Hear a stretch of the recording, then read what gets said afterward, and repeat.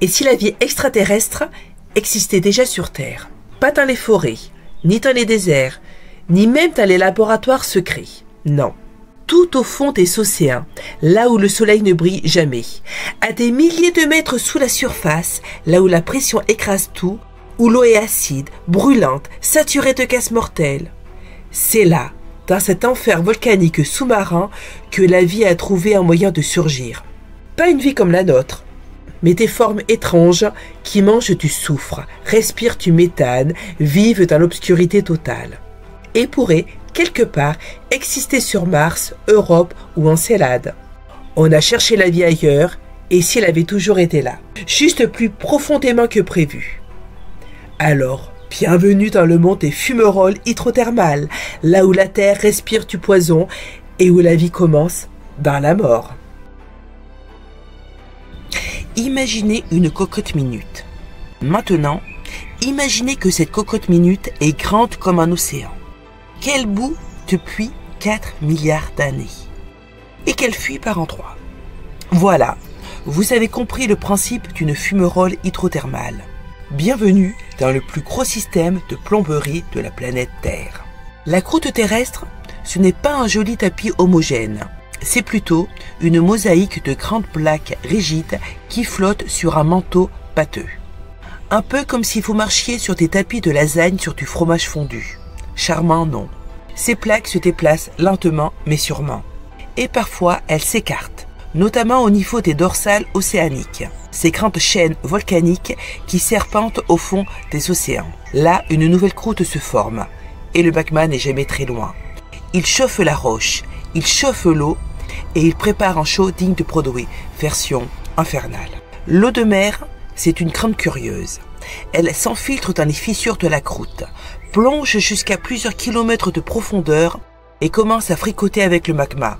Résultat, elle passe de vacances à la mer à sauna de l'enfer. Sous pression, cette eau peut atteindre jusqu'à 400 degrés sans bouillir. Elle dissout les métaux autour d'elle comme une infusion de roches volcaniques. On obtient un liquide noir, acide, surchauffé, saturé de gaz, qui n'attend qu'une chose, sortir. Et comme tout ce qui est énervé et comprimé, ça finit par jaillir.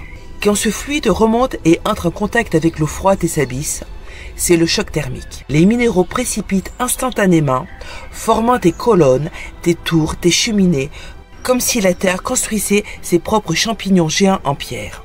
Il y a deux grands types. Les black smokers, les fumeurs noirs. Ils rejettent les panaches denses et sombres, riches en sulfure métallique, notamment de fer. Et les white smokers, donc les fumeurs blancs, ils sont plus clairs, riches en barium, calcium et silice. Ils sont moins impressionnants, mais tout aussi toxiques. En gros, c'est comme une teuf géologique qui fume, pète, crache des métaux et fait des bulles de soufre. Et tout ça sous 2500 mètres d'eau. Attends une minute. Tu viens de dire que l'eau atteignait 400 degrés, mais elle ne bout pas. Et là, je te vois déjà jeter un œil suspicieux à ta bouilloire en te demandant si on t'a menti toute ta vie. Pas de panique. On t'a dit la vérité. Au niveau de la mer, à pression ambiante, l'eau bout à 100 degrés, parce que les molécules ont assez d'énergie pour s'échapper sous forme de vapeur. Mais ici, on est à 2500 mètres de profondeur, et ça change tout. À cette profondeur, la pression est environ 250 fois supérieure à la pression atmosphérique. L'eau est écrasée de toutes parts, comme si elle portait une armure de plomb. Résultat, les molécules ne peuvent pas s'échapper à un vapeur, même si elles sont trop excitées. Conclusion, plus la pression est élevée, plus le point d'ébullition augmente. À 250 bars, le point d'ébullition n'est plus 100 degrés, mais quelque chose comme 450 degrés. Tant qu'on ne l'attend pas, l'eau reste liquide, même si elle est super chaude. On appelle ça de l'eau surchauffée ou de l'eau sous pression. Donc oui, à 400 degrés, elle pourrait cuire 3 kg de nouilles en 2 secondes. Mais elle ne fera pas une seule bulle. Et c'est grâce à ça que les fumerolles peuvent exister. Une circulation d'eau extrêmement chaude, chargée de métaux qui restent fluides jusqu'à ce qu'elle remonte et explose en contact avec le froid abyssal. Vous pensiez que les volcans crachaient juste la lave brûlante? C'est mignon. Attendez de voir ce que la Terre garde sous la surface et qu'elle relâche au compte-gouttes dans les abysses. Pas très respirable. Les fluides qui sortent des fumerolles hydrothermales sont le cauchemar de n'importe quel biologiste cellulaire, de n'importe quel plongeur et probablement de n'importe quel être vivant normalement constitué. Voilà ce qu'on y trouve. Du sulfure d'hydrogène, une charmante molécule qui sent l'œuf pourri. Ultra toxique, elle bloque la respiration cellulaire en s'attaquant à la chaîne mitochondriale. Résultat, vous ne suffoquez pas, vos cellules le font pour vous. Si tu respires du sulfure d'hydrogène en profondeur, c'est pas une claque de méduse qui t'atteint, c'est la fin du générique. Après on trouve du méthane, CH4, gaz à effet de serre très puissant, présent naturellement dans les fluides hydrothermaux, peut alimenter certaines bactéries. Pour les autres, c'est comme mettre du feu dans une station-service. Après, du dioxyde de carbone, CO2, ce bon vieux CO2. En surface, il fait pousser les tomates. À profondeur, il sature l'eau jusqu'à en changer le pH. Après, on y trouve les métaux lourds. Le fer, le manganèse, le cuivre, le zinc, le cadmium, l'arsenic, etc., etc. Ils sont dissous dans les fluides surchauffés. Ils se déposent en sortant, formant ainsi les fameuses cheminées noires. Et autant vous dire, un cocktail de cuivre et de zinc à 350 degrés, pas une infusion détox. Ok, donc récapitulons. Tu plonges à 2500 mètres, tu y trouves une eau acide comme un citron dépressif. Le pH est entre 2 et 3. Une pression de 250 bars, soit comme si une voiture était garée sur chaque centimètre carré de ta peau. Une température qui varie de 2 degrés à 400 degrés en quelques secondes. Et une soupe de gaz toxiques et de métaux lourds qui rentrait même en démon asthmatique. En résumé, une ambiance de spa, mais pour Terminator. Un humain n'y survivrait même pas le temps de dire « oxy », car il n'y en a pas. Et si par miracle tu descendais dans un submersible, attention à ne pas te faire vaporiser en approchant de trop près un jet de fluide hydrothermal. Le moindre choc thermique peut fissurer ton hublot. Et là, ce n'est pas une vidéo éducative, c'est un documentaire Netflix sur un accident tragique. Mais alors, pourquoi diable la vie est-elle là? Tu pourrais te dire, rien ne peut vivre là-dedans. Et ce serait logique. Mais c'est faux. Parce qu'il y a des êtres vivants qui se nourrissent de ces gaz, littéralement. Ils les transforment en énergie, ils s'y baignent, ils en font même une arme de défense chimique. Bienvenue dans la partie suivante où les bactéries ricanent face à la toxicité et les crevettes aveugles te font la leçon sur la résilience. On nous a toujours appris que la vie avait besoin de soleil, que la lumière c'était la source de toute chose. Même dans les pubs pour yaourt, c'est le soleil qui donne la vie. Mais voilà qu'un jour, en 1977, apporte un petit sous-marin jaune, mais pas celui des Beatles, les scientifiques découvrent quelque chose qui va mettre une claque à toute la biologie moderne. Des oasis de vie dans le noir total, à 2500 mètres de profondeur et pas un rayon de soleil à l'horizon. Jusqu'à cette date, on pensait que toute la vie sur Terre dépendait directement ou indirectement du soleil. Des plantes aux herbivores, des carnivores aux champignons, tout tourne autour de la photosynthèse. Mais là, dans l'obscurité glacée des grands fonds, surgissent des vers géants, des crevettes, des moules, des bactéries et surtout une question. Comment font-ils pour vivre? Parce qu'il n'y a pas de lumière ici, pas de chlorophylle, pas de salade bio, pas de soleil, rien. Juste des gaz toxiques, tu souffres et une chaleur infernale. Pas l'endroit où tu planifies tes prochaines vacances. Et pourtant, ces écosystèmes sont florissants parce qu'ils reposent sur une autre forme de magie, la chimiosynthèse. La photosynthèse est utilisée par les plantes, les algues et tout ce qui est vert et content. Et maintenant, la chimiosynthèse. Il est utilisé par des bactéries extrémophiles. Ces bactéries n'ont pas besoin de soleil, elles transforment la toxicité en énergie. Elles sont comme des cuisinières de l'apocalypse. Elles prennent des gaz létaux et en font un festin moléculaire. Les reines de l'enfer, ce sont les bactéries chimiosynthétiques. Elles vivent sur les roches, dans l'eau, à l'intérieur d'autres animaux et même dans leurs branchies, dans leurs poils ou dans leurs organes internes. Elles transforment les gaz mortels en matière organique et sont les productrices primaires de ces mondes sans lumière. Elles utilisent du sulfure d'hydrogène et du méthane, du CO2 dissous dans l'eau et un peu d'oxygène. L'oxygène est toujours là, en traces infimes dans l'eau abyssale. Le tout est transformé en sucre, lipides, protéines, bref, la base de la chaîne alimentaire. Mais ces bactéries ne posent pas seules, non, elles sont des deals, des colocations abyssales. On appelle ça la symbiose. Quelques exemples mythiques. Rhymicaris exocolata. C'est une crevette aveugle qui cultive ses bactéries dans une boche dorsale, comme un potager d'épaule.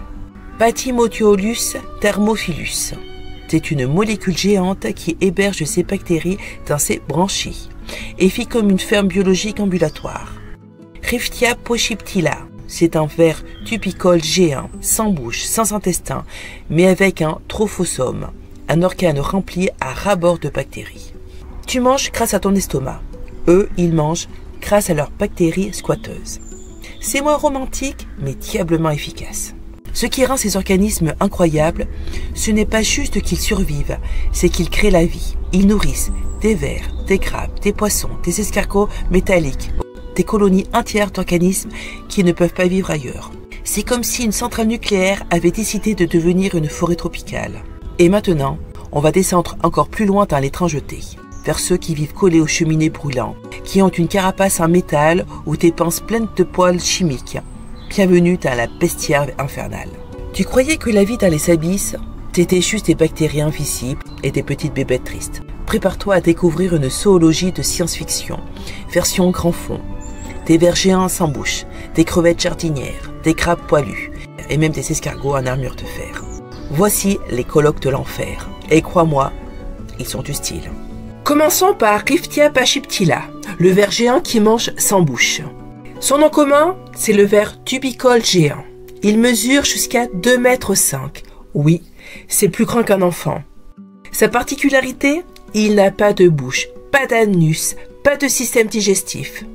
C'est un peu le moine zen de l'abîme. Il ne parle pas, ne mange pas, mais il médite dans son tube à 2500 mètres de profondeur pendant 100 ans. À la place d'un tube digestif, Riftia a un trophosome. C'est un organe rempli de bactéries chimiosynthétiques. Ce ver possède aussi un panache rouge vif, riche en hémoglobine, capable de fixer à la fois l'oxygène et le sulfure d'hydrogène. Une double compétence très rare chez les organismes vivants. Imagine un tuyau de plomberie géant, coiffé d'un plumeau rouge, qui fait pousser des bactéries dans son ventre. Et tu as une idée assez fidèle de Riftia pachyptila. Puis arrive notre fameuse crevette aveugle qui jardine sur son ventre, Rimicaris exoculata. Elle mesure entre 4 à 6 cm. Sa vision, nulle, elle n'a même pas d'yeux fonctionnels. Son talent spécial, elle cultive des bactéries symbiotiques dans une poche dorsale. Ces crevettes vivent en colonies denses sur les cheminées brûlantes, là où l'eau atteint parfois 80 degrés. Pour survivre, elles agitent leurs pattes thoraciques pour aérer leur ferme de bactéries. Un petit jardin personnel rempli de bactéries chimiosynthétiques. Des crevettes qui font du compost avec du sulfure d'hydrogène dans leur dos, dans le noir. Vous avez dit spécialisation? Puis arrive la moule géante autonome, Pathimotiolus thermophilus. Sa taille jusqu'à 30 cm. C'est une big moule. Mode de vie fixé aux parois en colonie, comme toutes les moules. Particularité, ses branchies hébergent des bactéries chimiosynthétiques qui produisent sa nourriture. Elle vit à la frontière thermique, juste assez près des fluides toxiques pour nourrir ses bactéries sans se faire cuire la coquille. C'est la seule moule que tu pourrais appeler entrepreneuse autonome. Elle produit sa propre bouffe, à domicile, en collaboration avec des bactéries. Elle est beaucoup plus efficace que Deliveroo. Ensuite, parlons du ver de Pompéi, le roi du sauna, Alvinella pompeiana. Son record, c'est un organisme multicellulaire le plus thermorésistant connu. Il peut supporter des températures jusqu'à 80-90 degrés sur la paroi de la cheminée. Sa stratégie, il vit dans un tube de mucus collé sur les cheminées noires avec des bactéries sur sa peau. Toi, tu as chaud avec 30 degrés dans ton appart? Ce ver, lui, vit sur une plaque volcanique, en peignoir de mucus, et il échille. Il dispose d'un revêtement bactérien cutané, comme une crème solaire vivante qui le protège de l'acidité et de la chaleur. Puis arrive le crabe Yeti en peluche toxique, Kiwa hirsuta. Il a été découvert en 2005, donc pas très longtemps, près de l'île de Pâques. Son surnom, c'est le crabe Yeti, pour ses pinces velues. Sa fonction, il héberge des bactéries dans ses poils. Il brosse les gaz hydrothermaux avec ses pinces et cultive ses bactéries symbiotiques, qu'il mange ensuite. Une sorte de ferme mobile du gaz toxique. C'est un peu comme si tu allais au supermarché avec ta moustache et tu te servais directement dedans. L'escargot en armure de fer, Chrysomalon squamiferum. Sa particularité, il a une coquille en sulfure de fer, dont tu pyrites. L'or t'est fou. Sa protection, c'est une triple couche.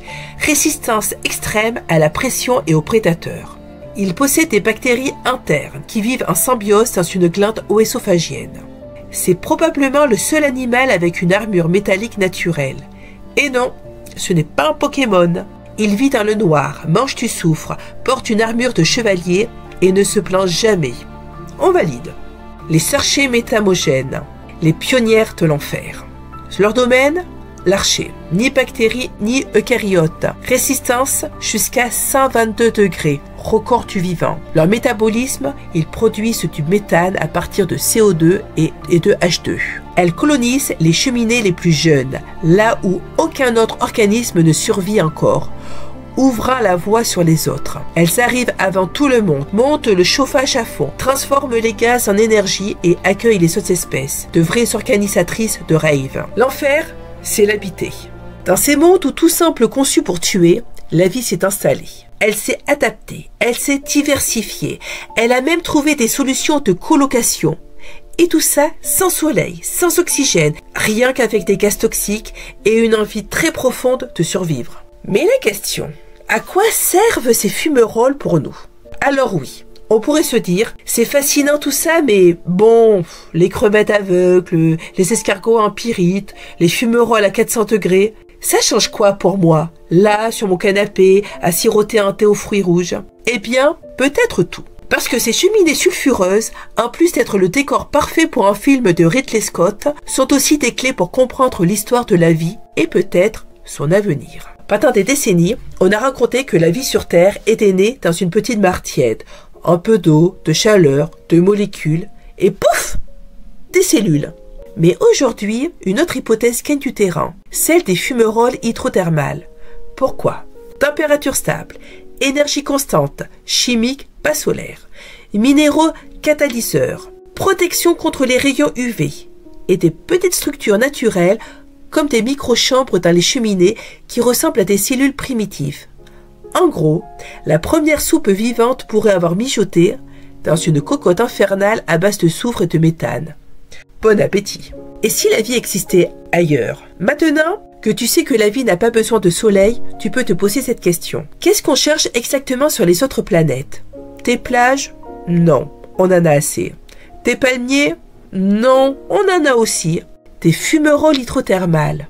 Pourquoi? Parce que certaines lunes du système solaire, comme Europe, lune de Jupiter, ou Encélade, la lune de Saturne, ont un océan liquide sous leur croûte de glace, maintenu chaud par des forces de marée. Et devine quoi? Des sondes comme Cassino ou Galileo ont détecté des plumes de vapeur riches en molécules organiques et sels minéraux éjectés dans l'espace. Exactement ce qu'on attendrait des fumerolles hydrothermales sous-glaciaires. Si on trouve des crevettes jardinières sur Europe, vous serez les premiers prévenus. Tu te souviens de ces bactéries qui digèrent du gaz toxique dans une soupe acide à 300 degrés? Eh bien, elles s'intéressent énormément à les laboratoires aussi. Pourquoi? Leurs enzymes résistent à la chaleur, à l'acidité et aux métaux lourds. Elles sont capables de dégrader des molécules complexes, voire toxiques.